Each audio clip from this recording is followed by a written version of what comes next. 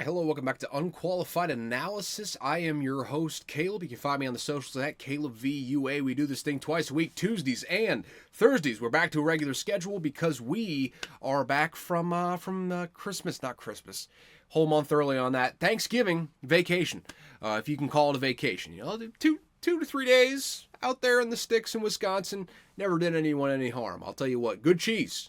Good cheese out that way, and I certainly sampled some cheese curds. Any hoozles, we have got the NFL edition today, and of course, I'm just jumping all around. You can follow me other corner. You can follow me at CalebVUA. That's right there in the bottom right hand corner of your screen right now as you're looking at this.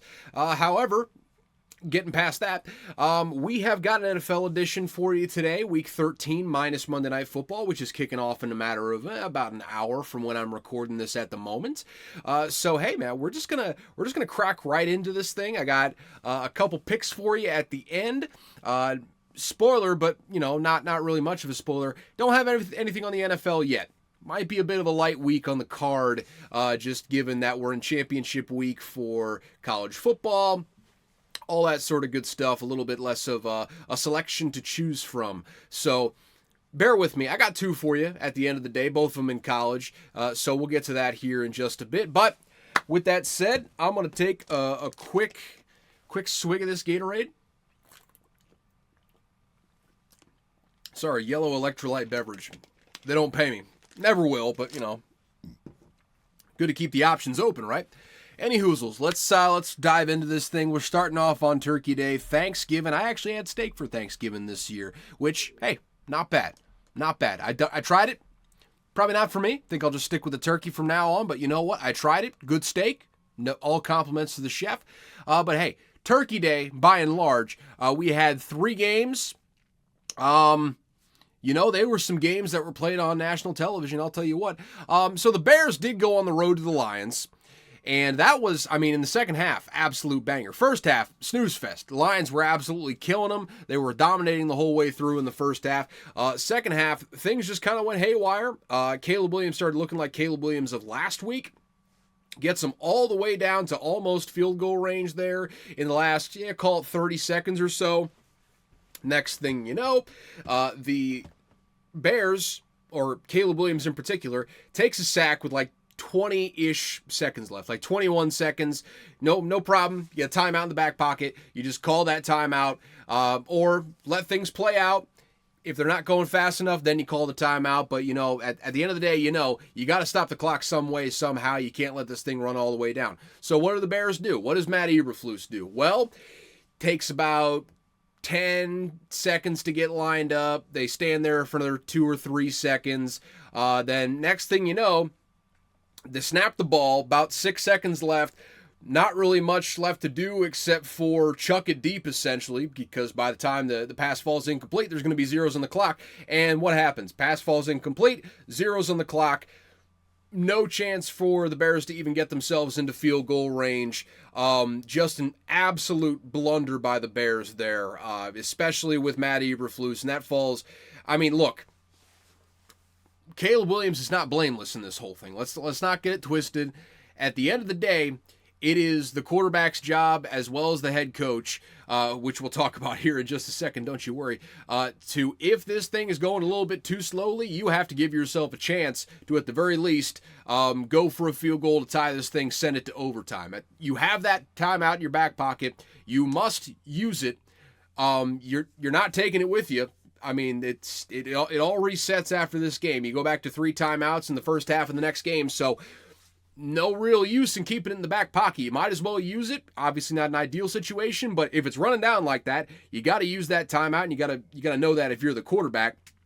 However, on the other side, it is the head coach's job to not put your rookie quarterback in that situation in the first place. You need to call that timeout if you are the head coach. It's the head coach's job to oversee the whole thing, see it from a big picture, see what's happening, ultimately call a timeout to avoid absolute catastrophe. What does Matt Eberflus do? He just sits there on the sidelines with his dumb-looking face, just staring off at the field.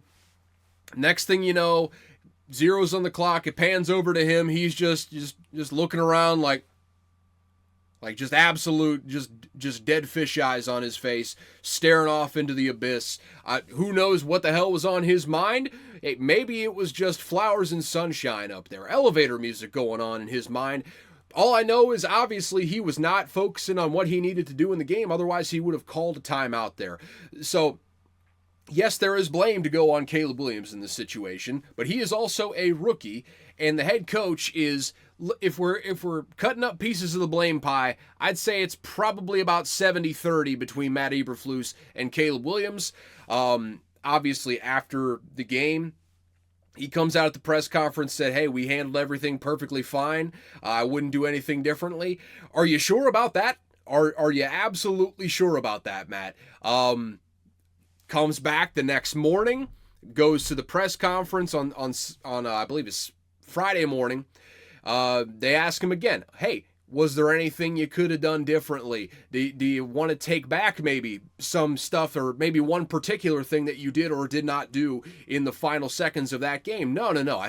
I still think we handled everything perfectly. I think, we couldn't have done anything better, is essentially what he was saying, which is just next level delusion right there, if that's actually what he believes.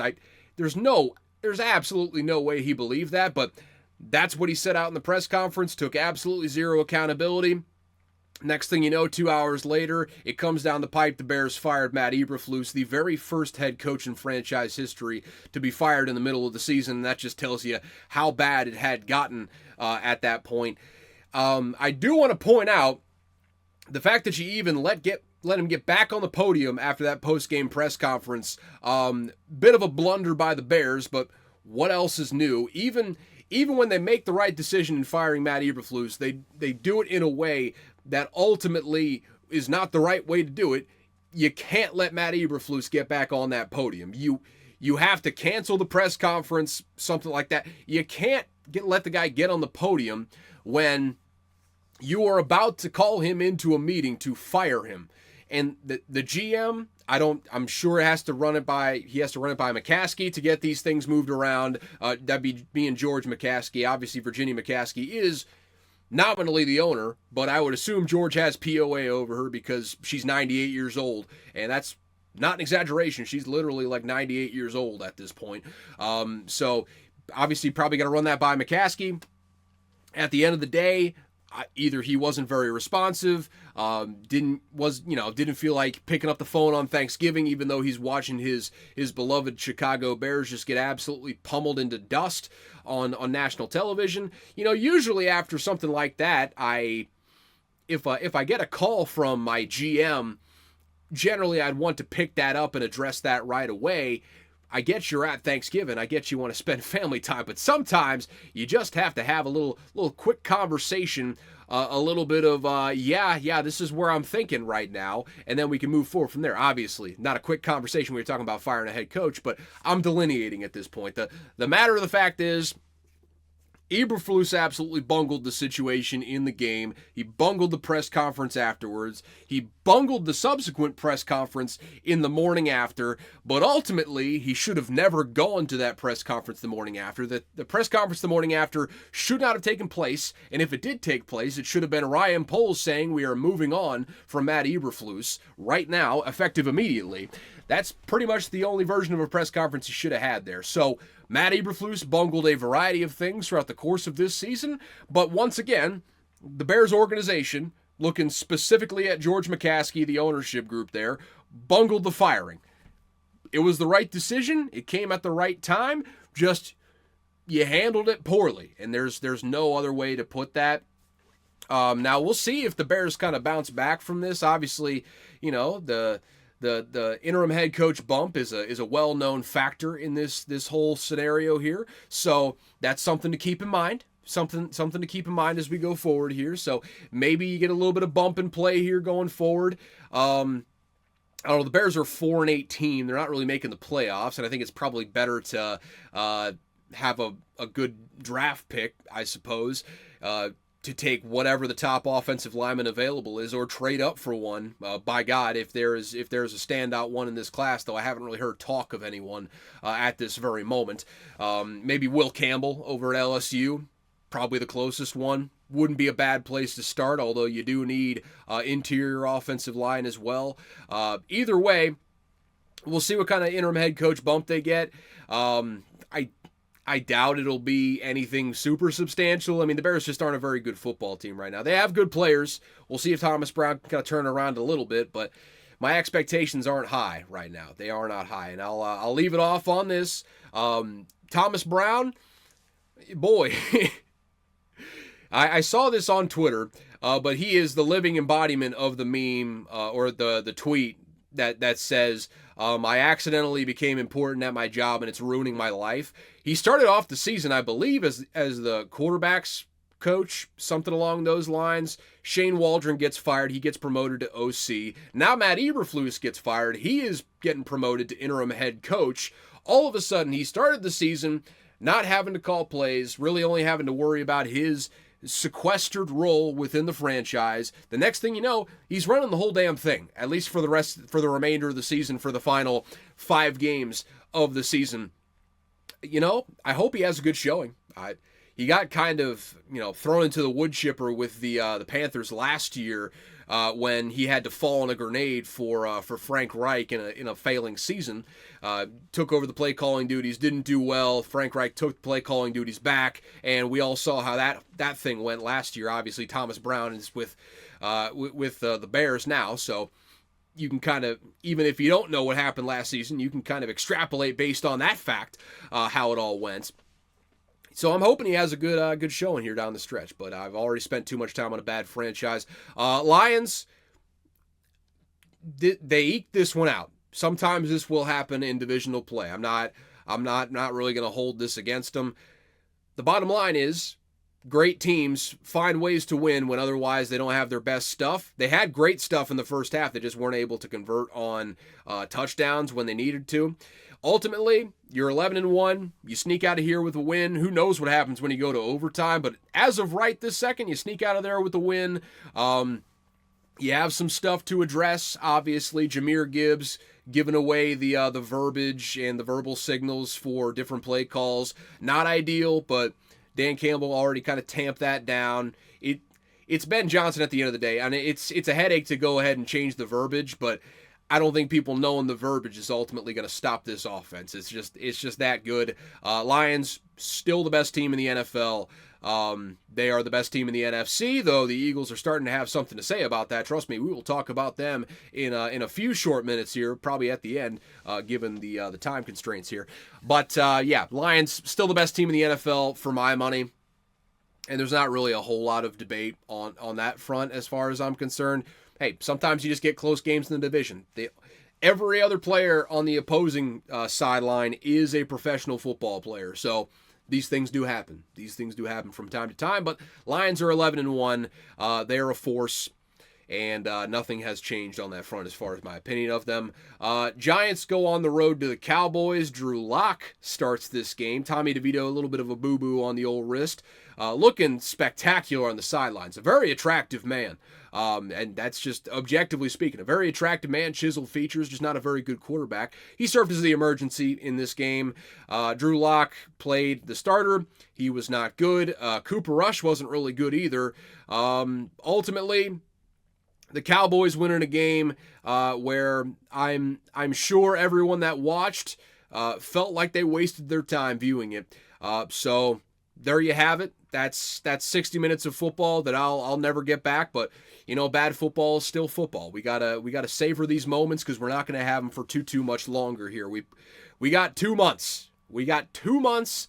And then it is a long winter, spring, and summer before we get back to the next football season. So we got to savor this while we got it. Bad football game, though. 2 bad teams. Cowboys, 5-7. Sneaky not out of it, but bad teams. Cover your eyes. I apologize if you had to watch this. That's all I got to say on that. The Packers hosted the Dolphins in the nightcap on Turkey Day over there on Thanksgiving, and they beat them soundly. Did exactly what I expected them to do. They won 30-17. Didn't even need to worry about a better number or it going down to 3. No, we just take all the juice you can give me at 3.5 and cash out. That's what we did. Tua Tagovailoa right now and let's just call it like it is. Maybe with a better offensive line, maybe with a. I mean, the running backs are fine. I don't think that's the problem. But maybe with a better offensive line, maybe with a better defense, they could win some of these games. But Tua Tagovailoa in the cold, incapable of winning games with the current construction of this team, and that's just a blatant fact borne out time after time after time. And again, like I alluded to there, some of it does have to do with his offensive line. He's never really had a good offensive line. It's just been average to below average for the entirety of his career, and this year is no different. Don't let Teron Armstead fool you on that. They lost some players this offseason, and it wasn't a fantastic offensive line last year. The Dolphins, they're 5-7. Even if they make the playoffs, which they're not out of it yet, statistically speaking, they're probably going to need some help at this point. They're not going to get anywhere of note. This is not a team that I think we need to take seriously going forward. They got to do some soul searching this offseason. I think they really, really have to invest in the lines of scrimmage on both sides of the ball. Front seven on defense, just in general. Linebackers are an issue. Defensive line is an issue. And then offensive line on the other side. They need a total makeover on the lines of scrimmage. They got to stop eating all this candy with the skill players. Start eating some nice red meat there on the interior offensive defensive line. I think that's how the Dolphins can ultimately take the next step and be consistently good, even with Tua, who I'm not the biggest believer in. If you have a good offensive line, good defensive line, with what you already have in place, I think you're not far off. And I think it'll put Mike McDaniel in a better position to go out there and translate this offense against teams in the cold, against teams that have good defenses, and I think it'll benefit the whole team. But that's the bottom line for the Dolphins. You got to do something. It's come to a head here with the lines of scrimmage. You have got to make wholesale upgrades on both lines of scrimmage. You're probably not going to have Teron Armstead for more than another season or two. He's been flirting with retirement for the last couple of seasons at this point. This might be his last year. We'll just see how it all works out for him. But all across the line of scrimmage, you just got to inject young talent, get free agents in there, do what you got to do, but that has to change if you're going to go anywhere of note when the season is all said and done. Packers, they're 9-3. They'd be leading just about any other division, not in the NFC East if they were in it. So half the divisions in the NFC, they would be running away with them right now, but unfortunately they are in the NFC North. So they're third at 9-3. They're still well in line to get a playoff spot as one of the wild card berths. Also, by the way, the NFC North, I believe, set a record. All three teams in the division at 9 wins or better before Thanksgiving or on Thanksgiving. No other division has ever done that in the history of the league. So that's how historically good the NFC North is this year. Things might have gone a little bit different if the Bears were in, say, the NFC South, though that would make no geographical sense. But you understand what I'm saying. Just brutal placement for the Bears. What can you say on that? But as far as the Packers are concerned, again, I alluded to it last week. I talked about it in length, actually. But with that quarterback, with the defense that they have, with the playmakers that they have, they're going to get Jair Alexander back. They didn't have him in this game, which, even without Jair Alexander, to do what they did against the Dolphins is impressive. But when you have that quarterback, when you have the better defensive staff that you brought in, obviously, I believe at this point, upgrades over what the defensive coordinators have been really over the last decade or so in Green Bay.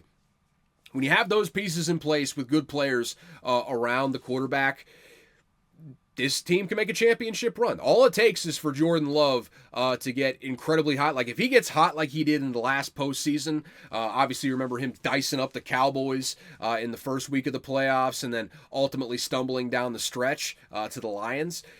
If he comes out that hot this season, I mean, the ceiling is the roof for this team, in the words of the great Michael Jordan. There's no place that they couldn't go if they get hot at the right time, and that's true for a lot of teams that are playoff caliber in the NFL, but especially for the Packers. Jordan Love can get hot in a way that basically no one else except for Patrick Mahomes and Josh Allen, the elite of elite quarterbacks, can get. He can get to that level. It's just a matter of, will he do it when you need him to? We ultimately won't know until we get there, but They're a playoff team. I think they're going to win a game whenever they get to the playoff, though they're going to have to go on the road somewhere, just because they're going to be a wild card team unless something catastrophic happens in Detroit, and in Minnesota for that matter. Tiebreakers, lest we forget. But the Packers they're legit. They're legit. I don't think we need to have any question about where the Packers are going to go from here. I think they've got it all in front of them. They just got to get hot at the right time. Okay, so Black Friday game. The Chiefs eked out another one, man. They're 11-1. They get the win, 19-17 over the Raiders. If I had a little bit more chutzpah in me, I would have outright bet the Raiders, not to win, but to cover the spread here, just because the Chiefs just don't cover these spreads right now for whatever reason.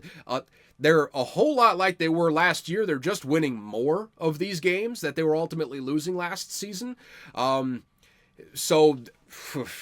I mean, the Chiefs do get the win, 19-17. Like I said, if you're looking to dissuade the growing paranoia in fan bases across the league that the NFL is rigged in favor of the Chiefs, the ending of this game is not going to help you a whole lot. Aiden O'Connell just dropped the snap on the final offensive play. He drops the snap. I can't remember who it was that recovered it. Maybe it was Charles Omenihu. I don't know. I think they just activated him off of IR with that ACL injury. I don't know. Someone recovered it for the Chiefs, and ultimately game was over from there.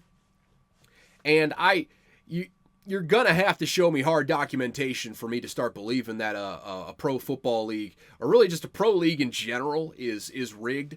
It's just, there's too much money, especially with the gambling partnerships now. It's just too much money. I would imagine that it would not be in the sportsbook's favor for the Chiefs to ultimately go on and win the title, because I'm sure they have a whole lot of handle on the Chiefs right now. Not just like have a grasp on who the Chiefs are. I'm talking like handle, like money, like fans putting money on the Chiefs to win the title. I am sure there is a massive handle on that already. So you're not going to convince me that it's rigged, but they're certainly not helping, the NFL, that is, certainly is not helping themselves by these weird results. Not that they can do anything about it, but the more these weird results pop up, the more you're going to, the louder the conspiracy theorists are going to get when it's all said and done. So something to be concerned about, I suppose. But ultimately, the Chiefs just keep on winning. A little bit of a rough game to start off for Isaiah Pacheco. I mean, only 44 yards, but ultimately 6.3 yards per carry. Much more efficient than Kareem Hunt. Whenever Pacheco kind of gets back up to speed, I have no worries about this Chiefs football team.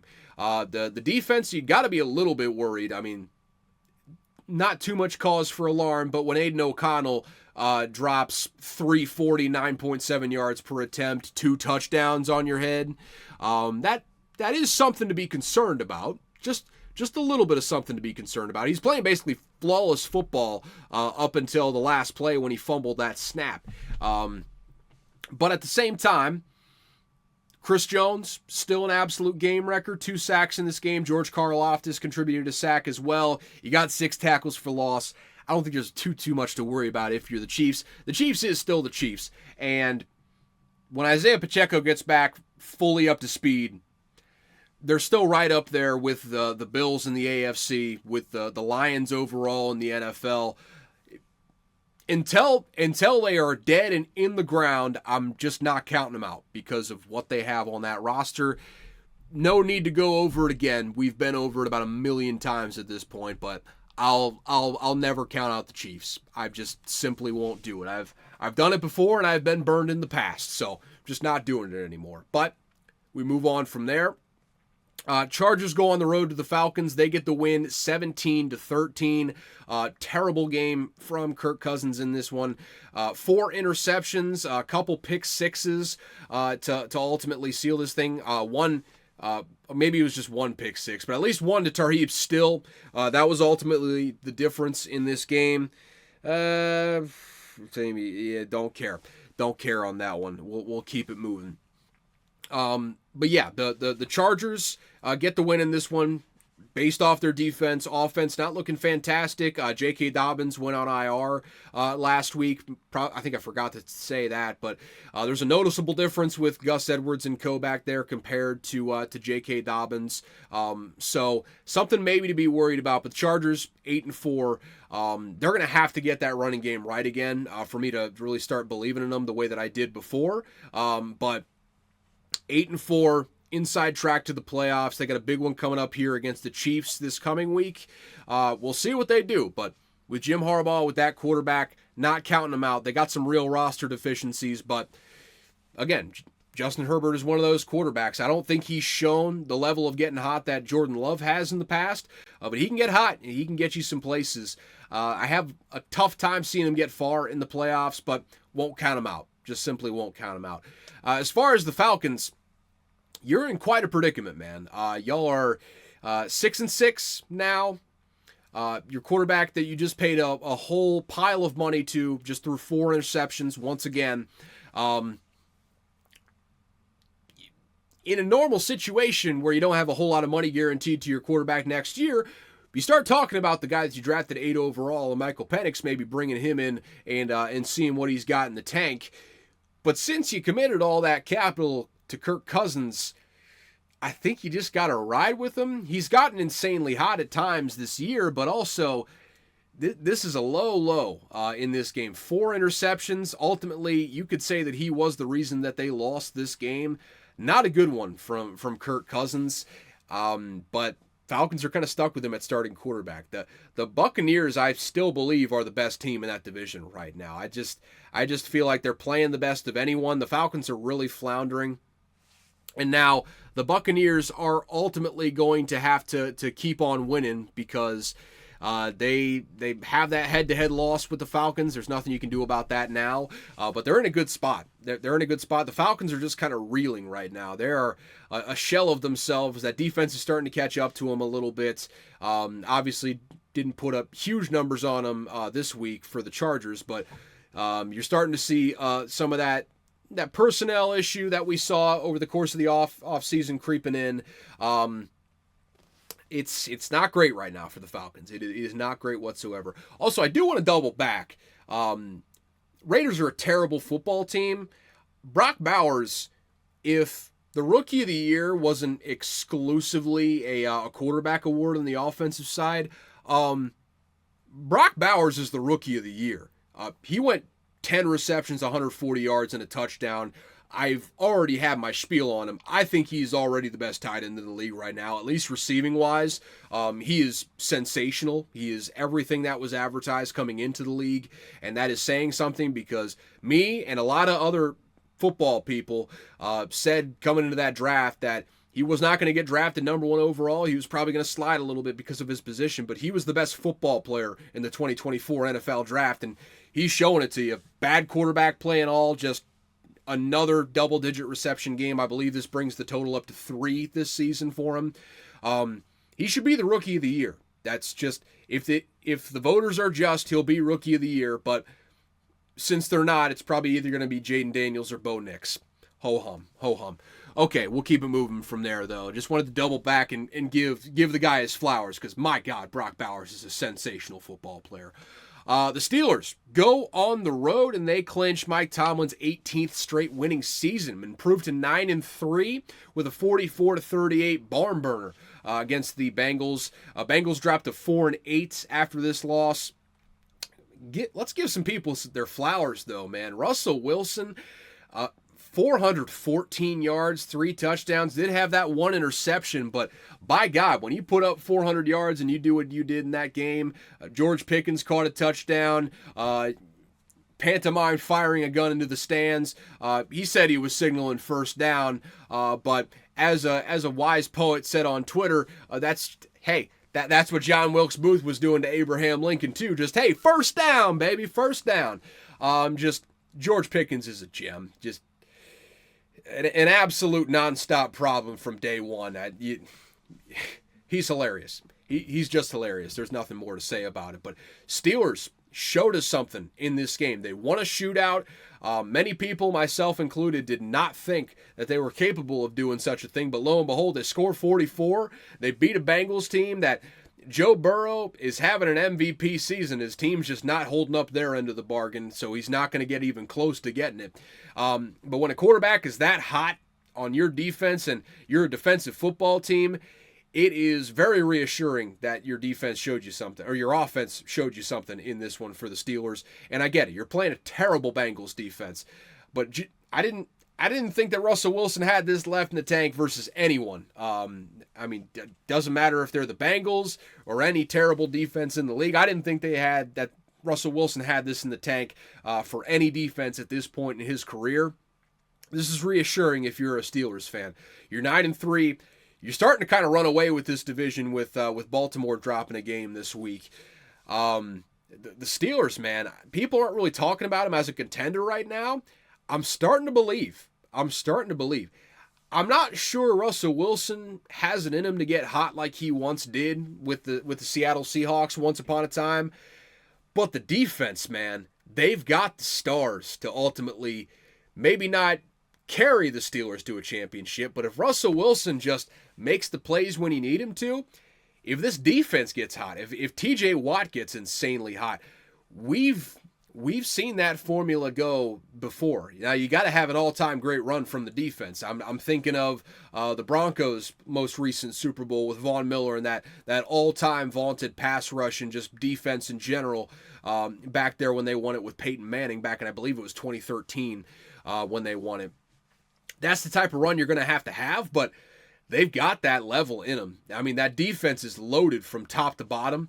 They're one of the best units in the entire league, and they got stars at all levels as well.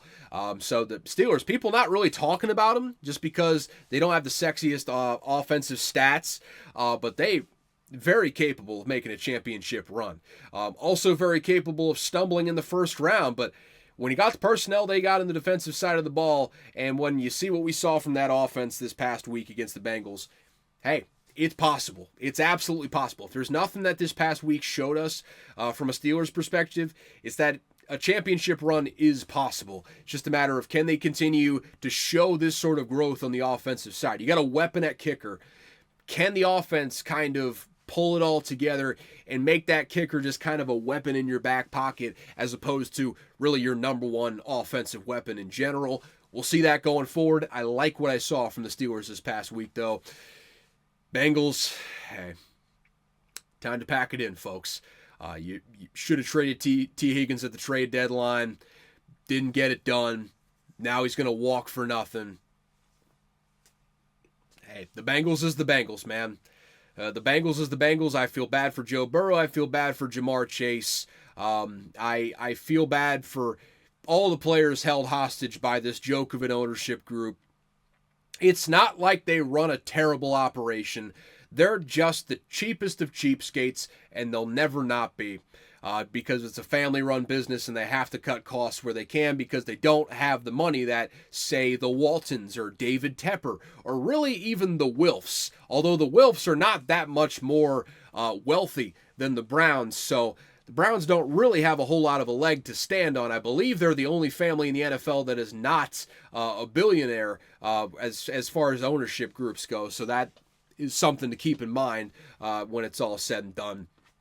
Yeah, just tough times if you're a Bengals fan. I got a lot of them in the office, and hey, either Bengals or Browns fans in the office. Either way, and Ohio State fans, that is all to say, vibes not great in the office right now. Vibes are not great, and unfortunately, I don't see them getting a whole lot better. I feel bad for you, Bengals fans. I really do. I really do. All right, how about them Vikings, folks?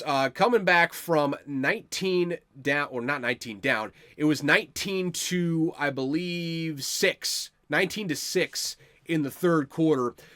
Cardinals were up. Cardinals were in control. Kyler Murray was slinging the football. We didn't have any answers for him. All of a sudden, lo and behold, the Vikings just pull one out, outscore them 10-3 in the fourth quarter. ultimately go on a 17-3 run to end this game. The Vikings get a big-time drive from Sam Darnold when we needed one. They go down the field. They score a touchdown, win this game by 1. Impressive win from the Vikings. Cardiac kids. They've been that way ever since KOC got there pretty much.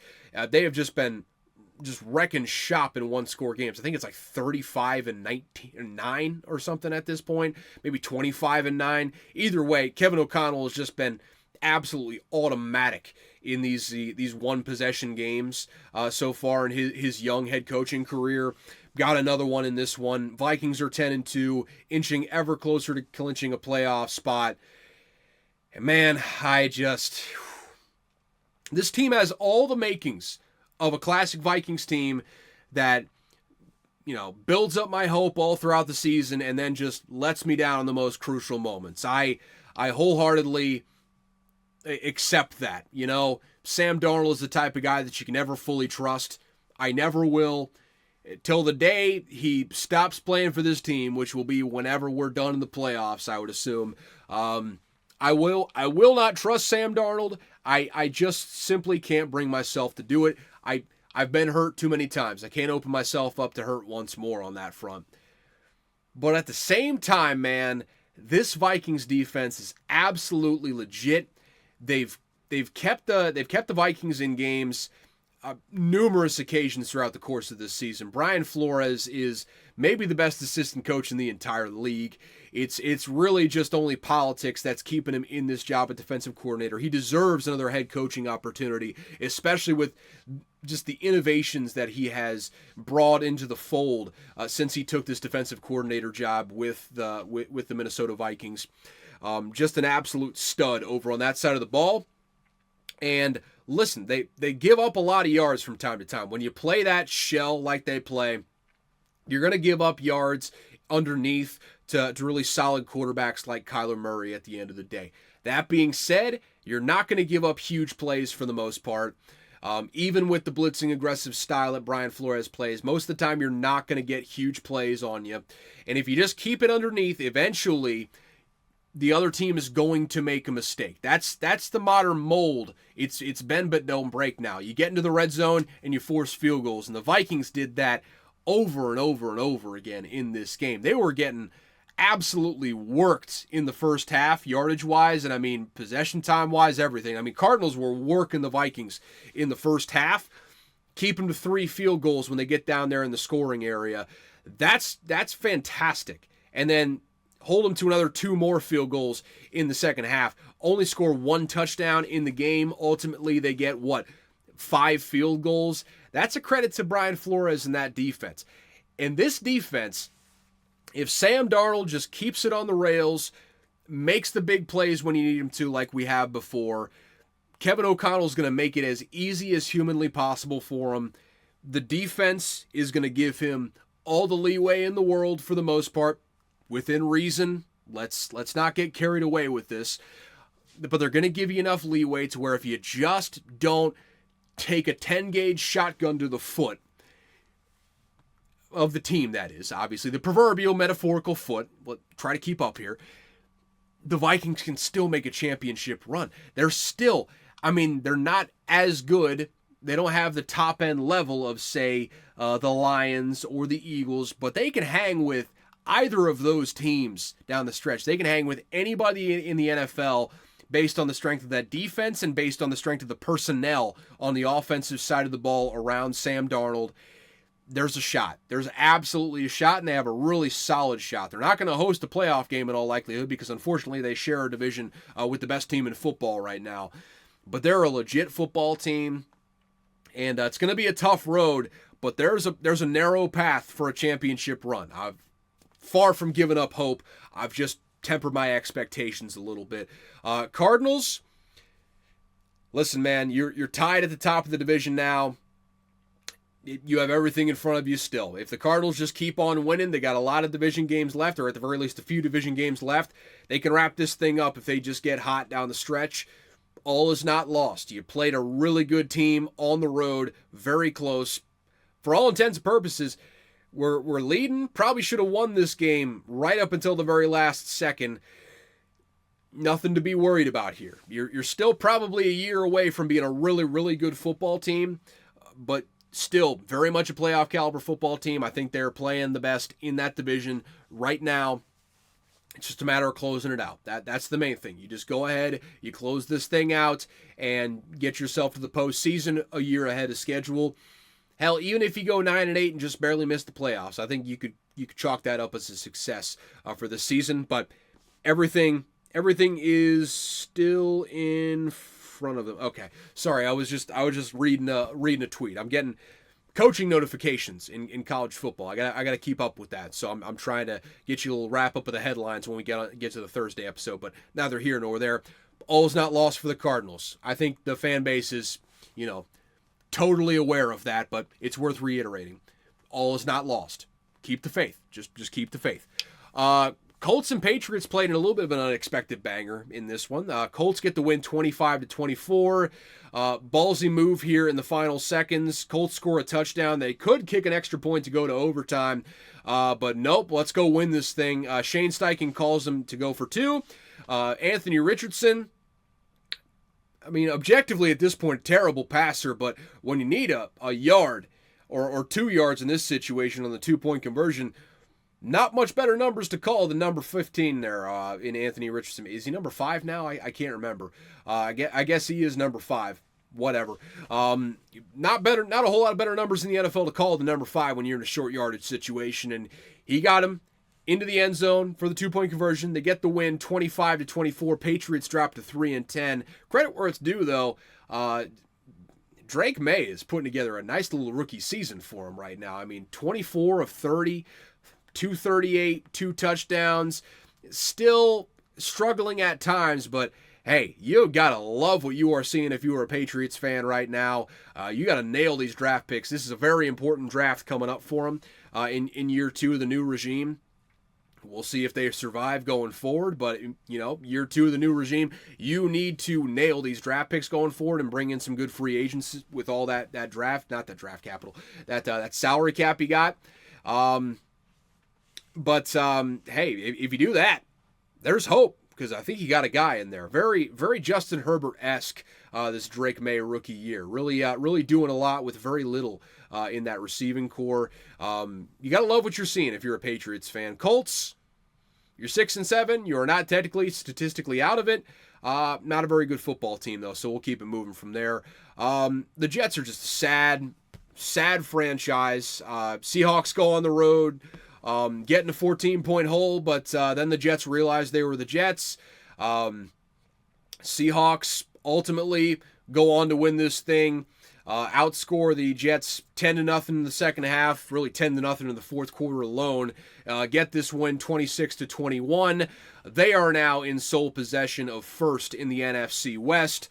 Who the hell knows what you're going to get from the Seahawks on a given week? They have a very good coaching staff assembled. Hey, shout out to Mike McDonald and his wife, expecting their first child here soon. I don't know if they already are having that first child or if that was just announced that his wife is pregnant, but hey, congrats are in order for them. As far as the football team is concerned, I don't know. Your guess is as good as mine on a given week. I have no idea, and they're playing another team that I kind of feel similarly with that in the Cardinals this next week. I don't know. We'll see on that. The Jets, no need to smell that dumpster fire anymore. We're just going to shut the door on that one, try to mitigate that stench. As far as the Seahawks, though, they're another team in the NFC West. Hey, all you got to do is win, baby. That's all you got to do is win. The rest will probably take care of itself. Not all these teams in the NFC West are just going to keep on winning. There are at least 2 of those teams are going to lose enough games to where they're most likely going to miss the playoffs. Just a matter of which 2. Is it going to be it's going to be some combination in a pair of the Cardinals, the Rams, or the Seahawks. Just a matter of who. And frankly, I still think the Cardinals are the best team. Who the hell knows, though, man? The Seahawks' ceiling is better than just about anyone else right now in that division, although the Rams' ceiling is pretty damn good in its own right. I have no clearer picture on the NFC West. I still think ultimately the Cardinals find a way to pull this one out. Don't hold me to that. I'm not placing any of my hard-earned money on that. I'll tell you that right now. Should be a fun division race down the stretch, though. It's high stakes in the NFC West. Everyone knows what's at stake in that division. Either you get the division title and you host a playoff game, or you are watching from your couch in Wild Card Weekend. That's what we're looking at right now. That's what we're looking at, so it bears watching. Commanders get back on track. They get a win 42-19 over the Titans. Brian Robinson had himself a bounce-back game. A couple rough weeks in a row, but 103 yards, 1 touchdown on a really solid Titans running defense. So good performance from him. Terry McLaurin got 2 touchdowns in this game, and this one was all wrapped up. Will Levis stinks, and that's really all I got to say about that. I mean, the Titans are so bad. No need to dwell on them. Commanders, 8-5, still very much in the mix for a playoff spot here down the stretch. The NFC North has basically made it so everyone is gunning for that 7 seed, and there's not really a whole lot of room outside of that. But hey, they've still got an opportunity to go and get that. I don't take them seriously when they get to the postseason, but I take them seriously as a contender to get to that postseason, if that makes any sense. I'm sure it wasn't too unclear for you. But we'll keep it moving from there.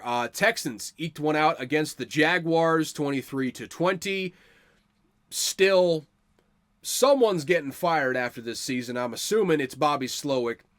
It's just a matter of, they're going to wait until after the season. You don't fire an offensive coordinator in the middle of the season when you're in position to win your division. It just doesn't happen, but it's becoming more and more evident that Bobby Slowick is not going to flip a switch and then become what we ultimately hoped he would be. It's looking like they're going to be moving in a different direction with the offensive coordinator, but still 8-5. It's a shaky 8-5, about as shaky as an 8-5 can be, but 8-5 nonetheless. The Jaguars, did you know Doug Peterson is still the head coach of the Jacksonville Jaguars? I didn't. Well, actually, I did. It just boggles my mind that he is. And at this point, if they haven't fired him yet, I guess they're just going to keep him all the way through the end to the end of the season. He's about as pre-fired as they come. Matt Eberflus was the most pre-fired man in all the land for about 12 hours until the news dropped on Friday. Now it's just Doug Peterson all alone, the most pre-fired man in all the land.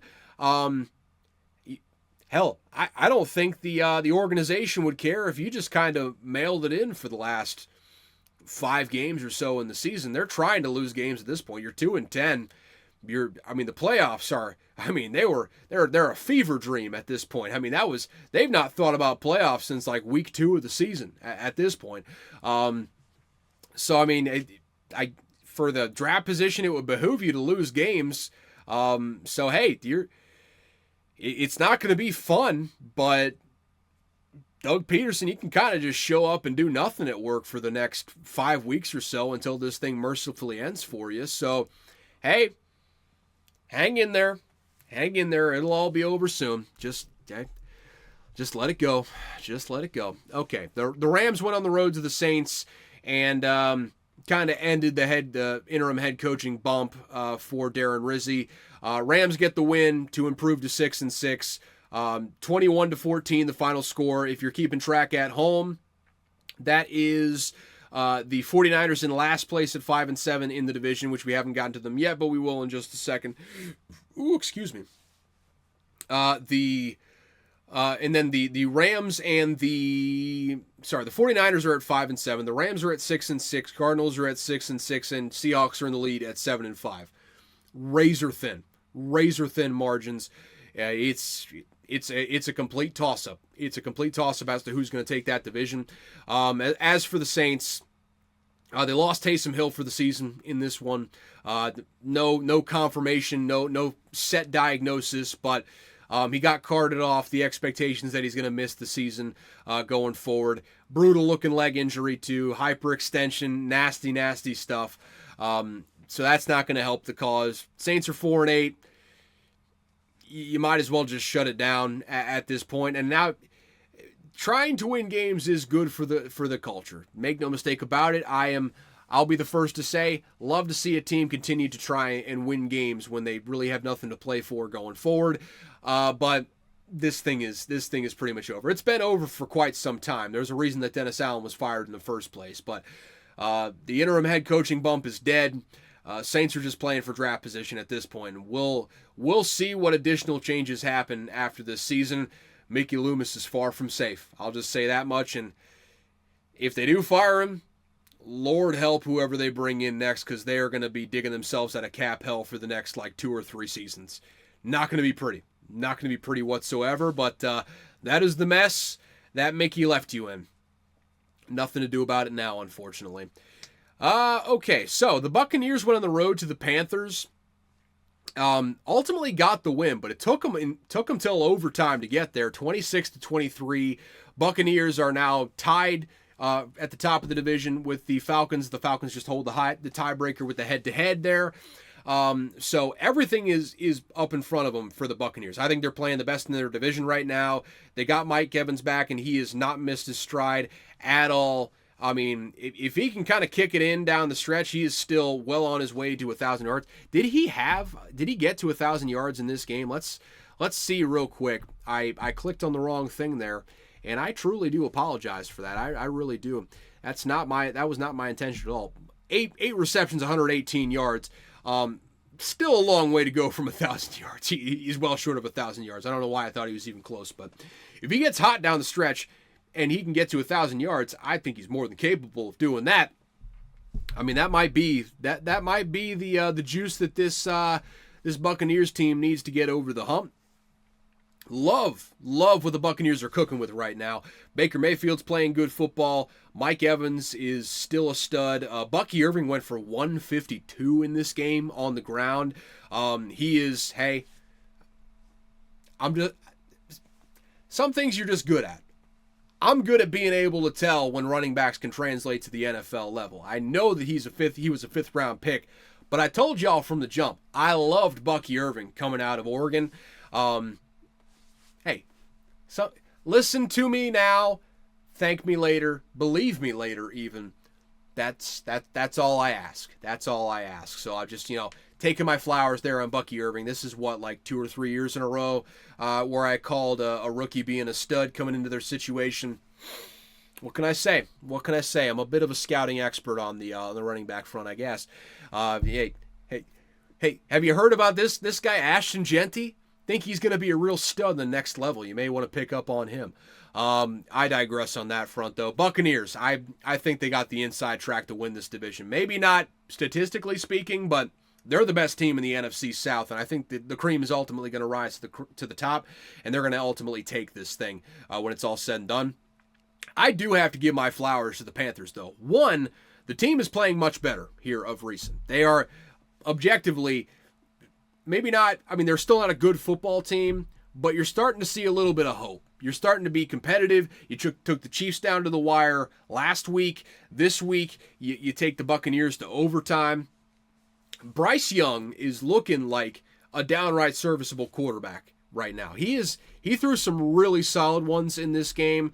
This is another game where he did not throw an interception, didn't fumble the ball, just didn't turn the ball over at all. He is playing really solid football, and he has acquitted himself so nicely that you don't even got to really think about a quarterback in this upcoming draft, I don't think. I think you just continue to invest in that offensive line. You continue to invest in the receiving core. I think you need to go hard in the receiving core this offseason. I think you need to really, really make a concerted effort to put an elite receiving core around Bryce Young. But he's acquitted himself so well down the stretch of this year that I think you can roll with Bryce Young in 2025 and feel all right with that right this second. I've been really impressed with Bryce Young. That the benching has benefited no one in the NFL this year more than Bryce Young. Sitting down for that 3-4 weeks, whatever it was, I think did a world of difference for him. You can see the difference in his body language, his confidence throwing the ball, his accuracy even. Everything is better. I mean, Bryce Young is just a better quarterback than he was whenever he sat down on the bench, and he's still 6.5 yards per attempt. The yards per attempt is still stubbornly low, but it's not 4.5, it's not 5, it's not like consistently just god-awful like he was for the first year and a half of his NFL career. I'm liking what I'm seeing from Bryce Young. And if he can just keep moving in this direction, I'm interested to see what he's doing in week 17, week 18, when you're starting to round into form a little bit down the stretch. Maybe the team is going to suck. They're going to have a high draft pick, make no mistake about it, but maybe they're giving some of these teams a run for their money. Maybe they're a little bit of a feisty team down the stretch. Either way, there is hope to be had for this Carolina Panthers team. Jonathan Brooks, still rounding into form. Whenever he gets up to speed, him and Chuba Hubbard are going to be a problem together. I don't think you got any worries about the backfield right now. Kick Miles Sanders to the curb, get him out of town. Don't need to see his face anymore in Charlotte, North Carolina. Outside of that, though, man, I'll tell you what, got the makings of a nice little young offensive core here. Xavier Legette's starting to come along. I think the presence of Adam Thielen is huge for a young receiving core. Tommy Tremble, hey, welcome in, Tommy Tremble. Thank you for showing up here in this one. He had 5 receptions, 77 yards. Jonathan Brooks didn't have great contributions on the ground, but made a nice little contribution with 3 receptions in the passing game. Jatavian Sanders was out for this game, but he's acquitted himself well this year. I'm starting to see a little bit of the division. I'm starting to see the vision for the Carolina Panthers here. Hey, shout out to Dan Morgan. Shout out to Dave Canales. I'm looking forward to seeing if that Carolina coaching staff and that front office kind of makes something happen in spite of having a little bit of a loose cannon, putting it mildly, with David Tepper as your owner. I'm liking it, though. I just wanted to say I noticed Carolina. Some people may not give you your flowers. Don't say I never did. I'm liking what I'm seeing from the Carolina Panthers right now. I think they're moving in the right direction. Biggest matchup of the week, probably the one that I should have started with, but what else is new? I don't structure I don't put a whole lot of forethought into structuring the episodes. Sue me. Don't really. Eagles go on the road, though, to the Ravens. Massive game here in the 425 slot. The Eagles go on the road, and they make a statement. They get the win 24-19. Saquon Barkley still on his torrid pace. He goes for 107, 1 touchdown in this game. And, hey, let's just get the full stat sheet job, shall we? A little bit of light day in the pass catching category. Only 2 receptions for 10 yards, but 107 yards on the ground. That brings the grand total on the season to 1,499 yards. He is number 1 in the NFL. He has now supplanted Derrick Henry for that number 1 spot. Just a yard under 1,500 here with 5 games left in the season. He is well on his way to a 2,000-yard season, and hey, he could get that. He could get that Eric Dickerson record, man. He's going to get damn close when it's all said and done. Now there's going to be an asterisk because he had that 17th game, so it'd be cool if over the next 4 games you could just go ham and ultimately get that rushing record, so we can count that one in the pantheon. He's well on his way to maybe breaking that thing. I've said it before. It's worth stating again. Saquon Barkley in this running game is even better than we could have expected. He's sensational. Just an absolute menace in this running game. Unstoppable. The Eagles, with this win, put them right there at number 2. I think they were already pretty much at number 2 with this torrid winning streak there. I think they're 6-7 games. I mean, let's take a look at it. That's 1, 2, 3, 4, 5, 6, 7, 8 actually. They've won 8 straight, and they've beat the likes of, over the last 3 weeks. Really, they beat up on a bunch of paint cans there for the first 5, but Commanders, and then back-to-back road games at the Rams, and then at the Ravens. blowing the latter two out of the water on the road, the Eagles are a problem. And I am more convicted in my assertion than ever that I feel better about this Eagles team in 2024 than I did about the Eagles team in 2022 when they went to the Super Bowl. I just feel like the running back that they have in Saquon Barkley can carry them in a way that no running back on that 2022 team ever could for the Philadelphia Eagles. I think the defense, while the pass rush may not be up to the level that it was in that 2022 season, I think the overall level of that defense is better. I think the young corners that they brought in, the rookie corners in specific, Cooper DeJean and Quinion Mitchell have been sensational. Cooper DeJean is starting to show you everything that he showed in college, by the way, with his versatility. Made a huge tackle on Derrick Henry, just textbook form tackle to get a big stop late in this game. And Quinion Mitchell's just been a shutdown corner from game one. Just really hit it out of the park with their first two draft picks, both at a position of need. I love this Eagles team right now. I think they can go right toe-to-toe with the Lions. And ultimately, while my preferred outcome would be a matchup between the Lions and the Vikings in the NFC Championship, boy, oh boy, would an Eagles-Lions matchup be an absolute dandy and a treat for all of us at home, because I think those are the two best teams in the NFC right now. Excuse me, I keep making that mistake for whatever reason. Eagles are legit. They're a legitimate Super Bowl contender this year, and hey, shout out to Nick Sirianni. It feels like every season for a stretch of the season, they're trying to run him out of town, and ultimately he just pulls a rabbit out of a hat and keeps his job. I think that's probably why Howie Rosenberg likes him so much, because he sees a little of himself in Nick Sirianni and just being able to Houdini his way into keeping his job for the long term. Eagles are legit, though. That's the bottom line here. Eagles are legit. You're just seeing more and more of the fatal flaw in the Ravens. It's just the defense is just not quite up to snuff. And Lamar Jackson probably well on his way to winning another MVP this season, even with an 8-5 record. He's just, there's no one on a winning team save maybe Josh Allen that's playing as well as Lamar Jackson, and Lamar Jackson has just got better numbers right now, just flat out better numbers, I would say. So he's well on his way to winning the MVP. The offense is one of the best in the entire league. But hey, man, when the offense stumbles, I don't think the Ravens have a squad on defense that you can count on to consistently keep you in games and ultimately win you some games when push comes to shove. I mean, the Ravens can still make a run. They're as capable of making a run as any team in the AFC right now.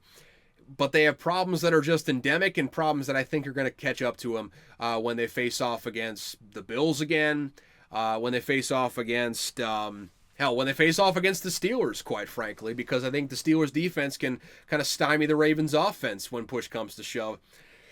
I just don't. I don't take them necessarily super seriously as a championship contender. Now, when you got that quarterback, I do still take you seriously, but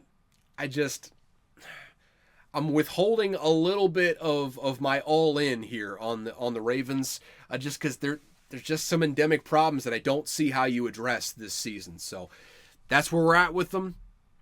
We'll see if they can kind of round into form down the stretch. The defense has been playing better. I think you're seeing a little bit of the Zach Orr effect kind of take over.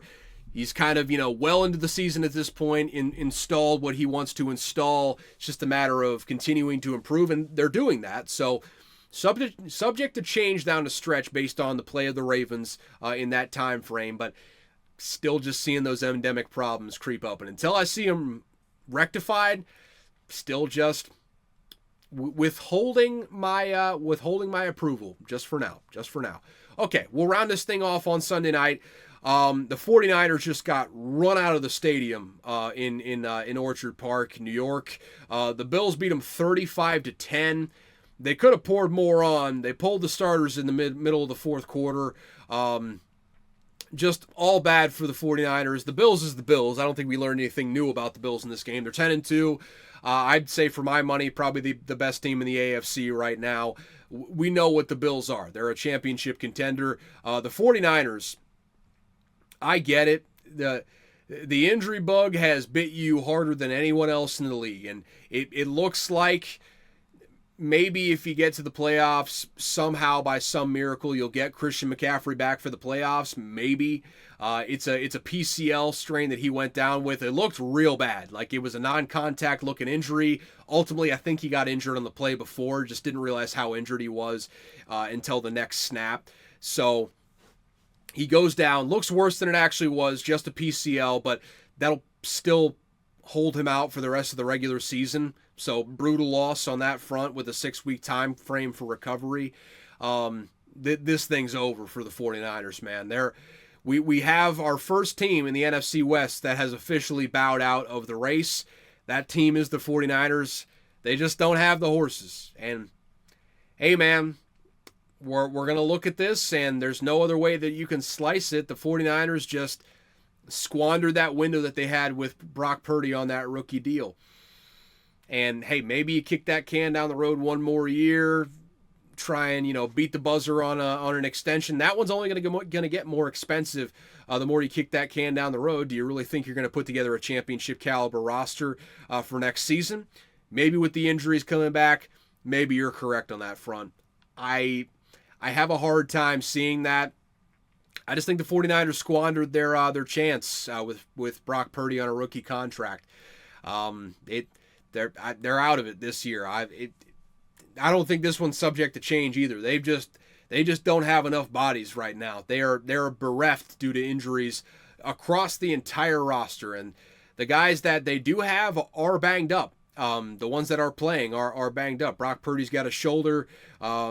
Nick Bosa, I believe, has an ankle or a knee, something of that variety that's kept him out of a couple games. He's been banged up the whole season. Just not good. Just not good, and I don't really see it getting a whole lot better for the 49ers going forward. With that said, though, we'll put a pin in that. Get back to you on Thursday with Monday Night Football. Hey, Broncos, bring us home. You are what's standing between us and a winning weekend. We need this right now. This will get us back to 500 if you win this game. So, crucial point for us right now in the picks. You know how it went. I don't. Either way, that's it for Week 13 in the NFL. So, with that said, with everything in the books, let's take a look ahead at Week 14, shall we? So, starting off on Thursday night, teased this a little bit last week. Ladies and gentlemen, we got ourselves a banger. The Packers are going on the road to the Lions. Lions favored by 3.5. Basically across the board, over under at 51.5. I'm not going to bet this game in all likelihood. Anything could happen. Anything could happen. I think this is going to be an absolute banger of a football game. Al Michaels deserves this after all the horse shit that he's seen on Thursday Night Football. This is going to be an absolute treat. Lean to the Lions in this game. They're just a head and shoulders better football team, so I lean them at 3.5. I am not betting that, though. This is anyone's ball game in this one. I could very much see the Packers coming out here and winning this game, and frankly, I'm going to be rooting for them to do so because it would be quite advantageous for the Vikings to have the Lions sustain another loss on that schedule. That would be advantageous for us. So, leaning 3.5 with the Lions, rooting for the Packers on that one. Fun over. Just, hey, leaning the over. I'm not betting it, but give me the over at 51.5. It's a fun over. To be fair, though, the rational part of my brain does say under. So, the real part of me says under. The fun-loving part of me says over. So, take that for what you will. And we'll move on from there. Starting off with the Sunday games now. We have got the Jets on the road at the Dolphins. Dolphins are favored by 6.5. We'll see. Maybe I bet on this game. It's in Miami. Jets are a terrible football team. Dolphins just need to win every single game they have left on the schedule at this point if they want to have even a sliver of hope to get to the playoffs. Might be one that we ultimately bet. We'll revisit this later in the week maybe. But for right now, I'm staying away. Heavy lean to the Dolphins there at -6.5. Over-under is 45, 45.5. Kind of lean the under at that 45.5, but I'm not betting on that one. The Panthers are at the Eagles. Eagles are favored by 12 in this game over at DraftKings. I would actually kind of lean the Panthers. Panthers are playing great football. Well, not great football. They're still losing games, but they're playing much improved football from what they were doing at the beginning of this season. They're not the hopeless dumpster fire that they were to start things off. They have shown real improvement down the stretch of this season. So I'm not sure I have the balls to actually just outright bet the Panthers here, but I'm leaning at them at 12.5 right now. And you know what? Lean on the over at that 45.5 too. I think we could get some points in this game. I think Bryce Young could score some. The Eagles do scare me though, so I'm probably not going to bet this one. Browns are on the road at the Steelers. Steelers are favored by 6.5 pretty much across the board. Lean to the Steelers. That's a lot of points in a divisional game though, so probably staying away. Over-unders at 41.5. I think that's right about right. I don't have any lean one way or another. It's winter in Pittsburgh. It's going to be cold. It's probably going to be windy. I'm going to be staying away from that one. Just too low of a number to bet the under, so slightly into the under, I suppose, but I think that number is just about right at 41.5. Bucks are favored by 7 at home versus the Raiders. Slightly into the Bucks at 7. That's a lot of points, though. I probably won't end up betting that. Over-under is, you get a 44.5 over at FanDuel if you're looking to bet the over. Slightly into the under in this one. I feel like we're going to get a lot of rock fights this week. Just something about the slate. I just feel like we're going to get some rock fights this week. So slightly into the under at 45. You can get that at pretty much every place that's not FanDuel right now. You get a 45.5 actually over at ESPN Bet if you're really feeling that under. But something to keep in mind there. The Jags are on the road at the Titans, and you should just keep your money in your pocket on this one. There's no right side. Lean to the Titans because the Jaguars are just such a sad franchise. The Titans are not a whole lot less depressing, so stay away from this game, man. Over-under is who cares. Just stay away from this game. Saints are on the road at the Giants. Saints are favored by 4.5 over at FanDuel right now. That's how bad the Giants are at this moment. I would lean the Giants just because the Saints aren't that much better than the Giants in the grand scheme of things.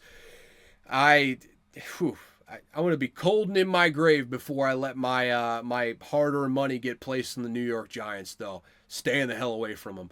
And again, over-under, who cares? Don't bet on this game. Just don't. Call the hotline. That's what you should do instead of betting this game.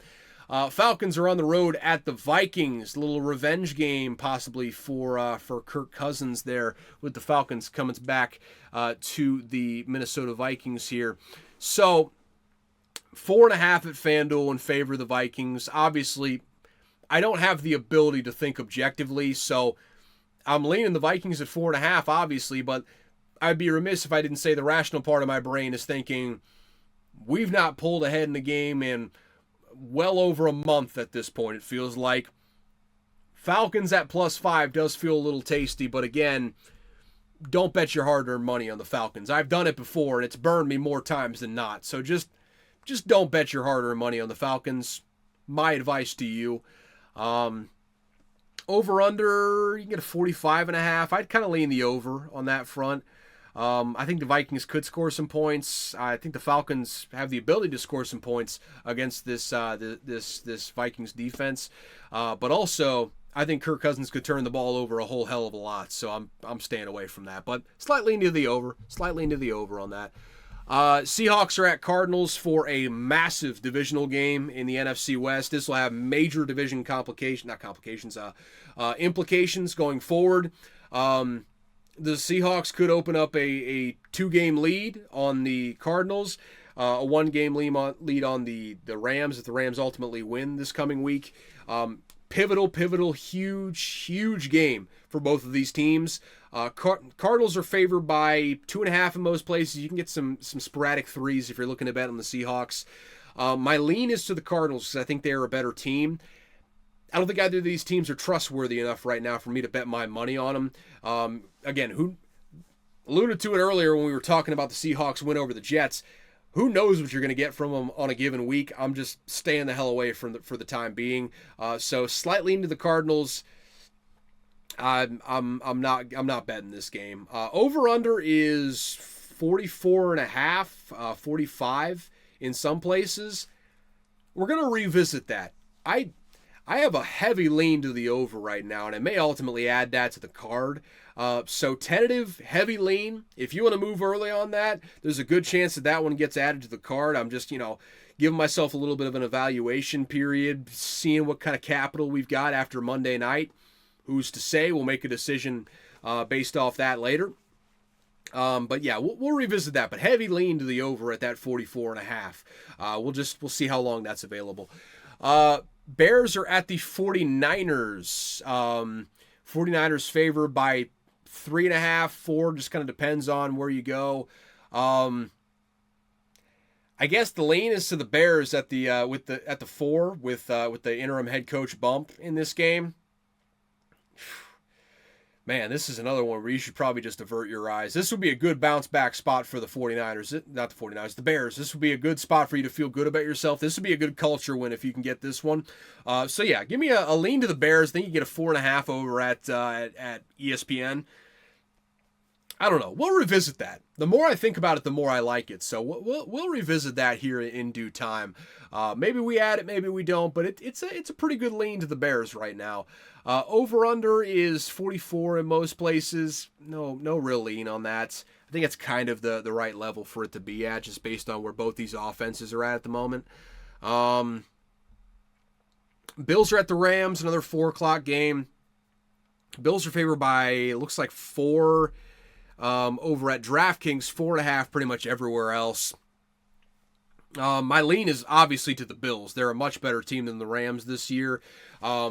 Rams at home. That's a feisty team at the moment, especially as they continue to get more healthy. Probably staying away from that one, but the lean is to the Bills. Over-under is 49 in most places. You get a 49.5 at, looks like FanDuel and ESPN's offering that one up for you, so take that for what you will. Slightly into the over. Not enough of a lean for me to bet it, but a slight lean to the over on that one. Much more of a lean on the Bills to cover than the over in this game. Then, Sunday night game, we have got the Chargers at the Chiefs. This is another pivotal divisional game, although the Chiefs have already got they're the first one to wrap up a playoff spot, so not much to worry about there. But still, very much to play for here when it's all said and done. And this is a big litmus test for the Chargers. So, the most recent in a series of litmus tests for the Chargers here. So we'll see how this goes. 4 points, the Chiefs the favorites. Most places get a 3.5 over at FanDuel at the moment. The lean is to the Chargers, I would say. The Chiefs have not been putting teams away here of recent. They've not looked fantastic. The Chargers' running game is the only thing that's keeping me from betting this thing outright. What I saw from Gus Edwards and co. this last week was not ideal. And against a bad Atlanta Falcons defense, not a good showing from the Chargers offensively on the ground. So I'm probably going to stay away from this game just based on that. But the lean is to the Chargers in this game. I'm liking them as the underdog. I like Jim Harbaugh in this spot. Maybe we'll see if he wins, but I know he's going to be right in it till the very end. Over-under is 43 in most places. You get a 42.5 at a couple spots. Lean to the under on this one. This one just feels like an under from the word go. Probably not going to bet that, but it's a lean to the under for sure. Then we round things off on Monday night.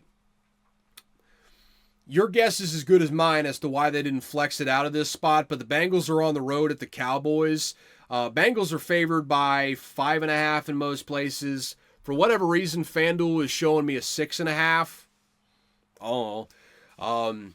I don't really trust either of these teams right now. I don't trust the Bengals defense. I don't trust the Cowboys' entire team. So I guess lean the Bengals at 5.5. I'm certainly not betting that. Over-under's 49.5. Heavy lean to the over. I'll just say that right now. That may ultimately be a pick for us when it's all said and done. We may circle back around to that, but for right now, The lean is on the over at 49.5. So, as you see, we did not add any bets today in the NFL, but that is it for the NFL. A couple bets to add for you on the way out the door. Early ones to add to the slate for this upcoming week. In Conference Championship week in college football. Narrow slate, but it's still a couple of opportunities. These may be ultimately the only ones that I add, but I have a feeling I may add at least like one more. Well, stay tuned on that. But first and foremost, in the ACC championship game, Miami got upset, so Clemson got that spot over Miami. We'll talk about that and much, much more. It's going to be a loaded college football episode this week, I assure you. There's a lot to go over. But I am taking SMU in that game. I think they are a much better football team than the Clemson Tigers right now. Clemson has wilted against good competition all year, and I think it happens again in this one. I think SMU wins. I think they cover, and I think they get that bid out of the ACC. We'll see if they're a two-bid league. I think we're going to learn a lot just based on what we see from the college football playoff rankings this upcoming week. But yeah, that's one thing to monitor going forward.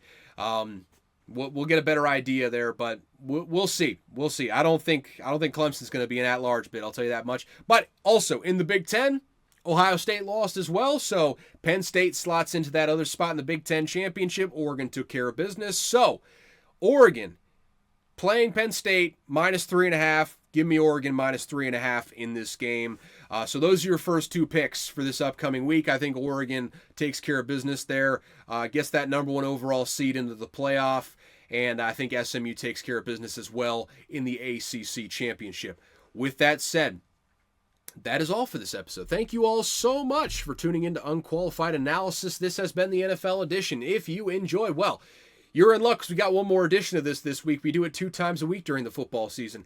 NFL on Tuesdays, college football on Thursdays. Until the end of this podcast, that's how it's going to be in the football season. That is my promise to you going forward. But if you enjoyed, go ahead, subscribe, share it with all of your friends and maybe some people you don't know, just to kind of bump the numbers up here a little bit. That would be much appreciated from your boy. Just keep on doing that. Subscribe, share, follow me on Twitter at CalebVUA. If you want to contact me, either shoot me a DM there or shoot me an email, unqualifiedanalysis@gmail.com. Links to both of those will be down in the description. With that said, thank you so much for tuning into Unqualified Analysis. As always, I've got just about no clue what I'm talking about. However, one thing I learned this week, if I can pull up the right notes pad here, Atlanta is closer to Canada than it is to Miami.